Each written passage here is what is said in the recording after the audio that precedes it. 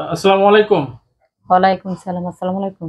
ওয়ালাইকুম আসসালাম। কেমন আছেন বোন? এই তো আলহামদুলিল্লাহ, আল্লাহ রাখছে ভালো। আচ্ছা, আপনার নাম এবং দেশের বাড়ি কোথায় বোন? আমার নাম কমলা, আমার দেশের বাড়ি ভোলা। আচ্ছা, কমলা আপা, আমরা জানতে পারলাম যে আপনার পরিবারে একটু সমস্যা। তো আসলে কি সমস্যা সেটা যদি আমাদের কাছে একটু তুলে ধরেন। জি, আমাদের পরিবারের সমস্যা হলো আমার স্বামী বিল্ডিং এতে রাজমিস্ত্রি কাজ করতে যায় পড়ে গেছিল। ঢাকা 11.5-10 নম্বর কাজ করতে যায় পড়ে গেছে। তারপরে আমি মানতে মনে করেন যে ওই আর্থিক অবস্থা মানে যে মালিকের কাজ করছে মালিকে কোনো আমার সহযোগিতা করেনি। না করার পরে আমি দেশে মানুষের কাছে ছায়া চিন্তা আত্মহত্যা, তারপরে ঢাকা বিদেশ বিপাল্লা আমি সর্ব জায়গাতে ছায়া চিন্তা আত্মহত্যা আমার স্বামীর অপারেশন করাইছিলাম।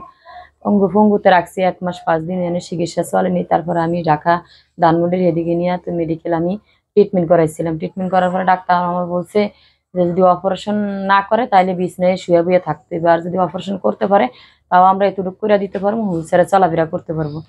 এখন হুইলচেয়ারে চলাফেরার মতো আজকে দীর্ঘ 9 বছর আমার স্বামী অসুস্থ। এখন আমার সংসারে কোনো কাজ কর্ম করার কোনো লোক নাই। আছে শুধু আমার একটা শ্বশুর শাশুড়ি, তারা বয়স্ক। আর আমার একটা বাচ্চা আছে। আমার স্বামীর নিয়ে আমি অনেক কষ্টে আছি। আমার সংসারে খাওয়ার মতো চলার মতো অনেক কষ্ট হইতে আছে। আমি আপনাদের কাছে সবার কাছে এখন সহযোগিতা চাইতেছি, আমার জন্য সবাই একটু সহযোগিতা করেন। দেশবাসী সবার কাছে কইতেছি, বিদেশ বিপল্লা সবার কাছে আমি চাইতেছি যে আমার জন্য সবাই একটু সহযোগিতা করবেন। আমার স্বামী এখন মানে চলার মতো কোনো ইয়া নাই, মাজার থেকে নিচের দিকে সব। আমার স্বামী অবশ, কোনো চলাফেরা করতে পারে না। হুইলচেয়ারে যদি বসাইয়া দিই বিকাল বিকাল এই 4টার দিকে বসে, হয়তো 2 ঘন্টা 3 ঘন্টা বসে মানুষের কাছে থেকে 2-4 টাকা ছায়া চিনতে একটু আনে। তাও আমার দিয়ে ইয়া দিয়ে সংসার চালাতে অনেক কষ্ট হয়, যে আমি একবেলা খাইতে পারলে আরেক বেলা খাইতে পারি না। আমার বহুত কষ্ট হয়।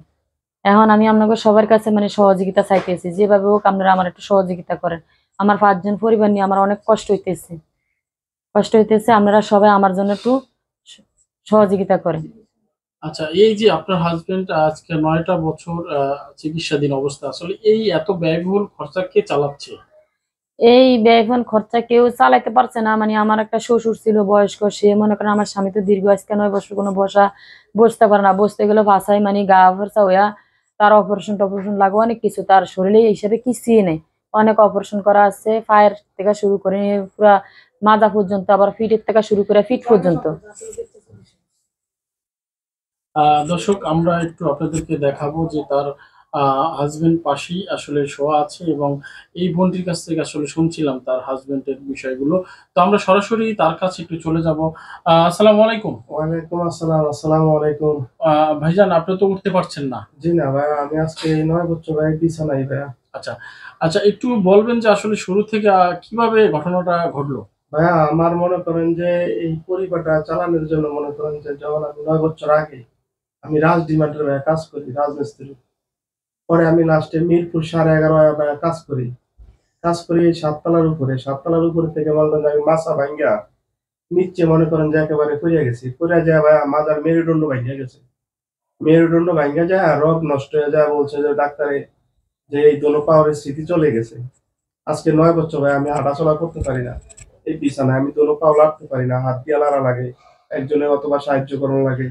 এই হিসাবে ভাই আমার এই দুনিয়াটা ভাই হয়তো যাইতেছে কষ্টে কালাঙ্কারে। আমি এই 5টা পরিবার নিয়ে ভাই আমি খুব কষ্টে আছি ভাই। তাই আপনার কাছে ভাই আমি অনেক টাকা পয়সা ভাই ঋণের ভিতরে আছি। অনেক টাকা পয়সা আমি ঋণ করে আমার এই চিকিৎসা চালাইছে আমার বাবা, বা আমার এই পরিবার, বা মানুষও কিছু সহযোগিতা করছে। এই হিসাবে মনে করেন যে ভাই আমি কোন রকম একটু বাচ্চা আছি ভাইয়া। এখন এই বাকি জীবনটা ভাইয়া আপনাদের উপরে ভাইয়া ডিমান্ড আমি ছেড়ে দিতেছি যে আপনারা আমার এই পরিবারটা একটু দেখবেন। বা আমার এই পরিবারটা হয়তো আপনাদের কারণে হয়তো একটা এই দুগা ডাল ভাত খাইতে পারবো ভাইয়া। বা আমার এই চিকিৎসাটা ভাইয়া আমি দীর্ঘদিন হয়তো আমার অনেক ওষুধ লাগে, মাসে 3,000 4,000 টাকার ভাইয়া ওষুধ লাগে। হয়তো ভাই আমি এই ওষুধটা চালাইতে পারতেছি না। এখন যদি আপনারা যদি আমার একটু সহযোগিতা করেন, তাহলে ভাইয়া আমি এই পরিবারটা নিয়ে একটু ভাইয়া বাঁচতে পারবো, বা দুগা ডাল ভাত ভাইয়া খাইতে পারবো ভাইয়া। এই আমি আপনাদের দর্শকের কাছে ভাইয়া একটু চাওয়া আচ্ছা, পাওয়া। ডাক্তার কি বলেছে আপনি সুস্থ হবেন? জি না ভাইয়া, ডাক্তার ডাক্তারে বলছে আমার সুস্থ হওয়ার কথা বলে নে যে আপনি যতদিন বাচ্চা আছেন ততদিন এই 3-4 হাজার টাকা প্রতি মাসে ওষুধ লাগবো। আর যতদিন বাচ্চা আছেন এই হুইল চেয়ারের মাধ্যমে আমরা একটা ট্রিটমেন্ট করে দিছি। আপনি হুইল চেয়ারে হয়তো 2 ঘন্টা 1 ঘন্টা বসতে পারবেন। আর নইলে সারাক্ষণ এই বিছানায় বেডে শুয়ে থাকা লাগবে। এই আর দর্শক, কি। আমরা শুনছিলাম এক ভাইয়ের জীবন গল্প। আসলে এটা গল্প না, এটা দুর্ঘটনা বা যাই বলেন আপনারা। তো বোন আসলে এই যে সংসারটা আপনি একাই টানছেন, আহ, কেমন লাগছে বোন একটু যদি বলেন? আপনি একজন নারী। টানছি মানে আমার মনে অনেক কষ্ট আছে, কষ্ট নিয়ে আমি চলাফেরা করতেছি। আমার চলার মতো মানে অনেক কষ্ট হয়ে যায়, অনেক কষ্ট করে আমি সংসার চালাইতে হয়। হয়তো আমি একবেলা রান্না বাড়া করে খাওয়াইতে পারলে ফ্যামিলিগত মানুষের, দ্বিতীয়বার আমার অনেক কষ্ট হয়ে যায়। আমি অনেক কষ্টের ভিতরে আছি। আচ্ছা, আপনার সংসার, সন্তান এবং আপনার হাজবেন্ড আসলে বাসা ভাড়া এরকমের ঢাকায় যদি না থাকা লাগে, দেশ গ্রামে কিছু আছে আপনাদের? জি না, আমার দেশ গ্রামে কিছুই নেই, আমার ঘর বাড়ি মনে করেন যে কিছুই নেই। আমি দেশ বাড়ি সব খুয়ে স্বামীর পিছে, আমার একটা ঘর বিটা ছিল সেটাও আমি বিক্রি করছি করে, আমি স্বামীর কাছে ছায়া স্বামীর পিছে অনেক টাকা পয়সা ব্যয় করে তার পিছে চাইছি তারে, মানে হুল ছেড়ে বসার মতো তারে ইয়া করে দিচ্ছি, যে যে ঘন্টা একটু 2-1 ঘন্টা যে উঠটা হুল ছেড়ে বসতে পারে। আর যদি ওই অপারেশন না করাইতাম তাহলে তো মনে করেন যে আর হুল ছেড়ে উঠটা বসতে পারতো না। সে সারাক্ষণ বিছনে গড়াগড়ি কইরা হয়তো থাকতে হইতো। তার কষ্ট হইব বিধায় মনে করেন যে আমার ঘর-বিড়ারও আমি বিক্রি করছি। কইরা তারপর আমি স্বামীর ট্রিটমেন্ট করছি। এখন আমি ওই নিয়ে আমি অসহায় মনে করেন আমি ঢাকা শহরে এখন আইছি, তাও আমি বাড়িওয়ালার কাছে অনেক ইয়া-টিয়া কইরা রিকোয়েস্ট-টিকোয়েস্ট করে আমি এখন থাকতেছি। কিংবা আমি অর্ধেকে রুম ভাড়া দিতেছি, আবার অর্ধেক বাড়িওয়ালার কাছে কাইন্দা কাইট্টা বলছি যে, "ভাই আমারে যেমনি হোক একটু ছাড় দিবেন। আমার সংসারে চলার মতো কেউ নেই। আমারে কাজকর্ম করে খাওয়াবো কেউ নেই। আমি অনেক অসহায় হতে আছি।"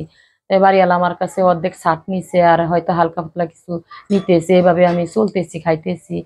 যাই হোক, আল্লাহ পাক বাড়িওয়ালাকে অনেক দানশীল করুক, দেশকে যেন এরকম দান করতে পারে, অসহায়দের পাশে থাকে।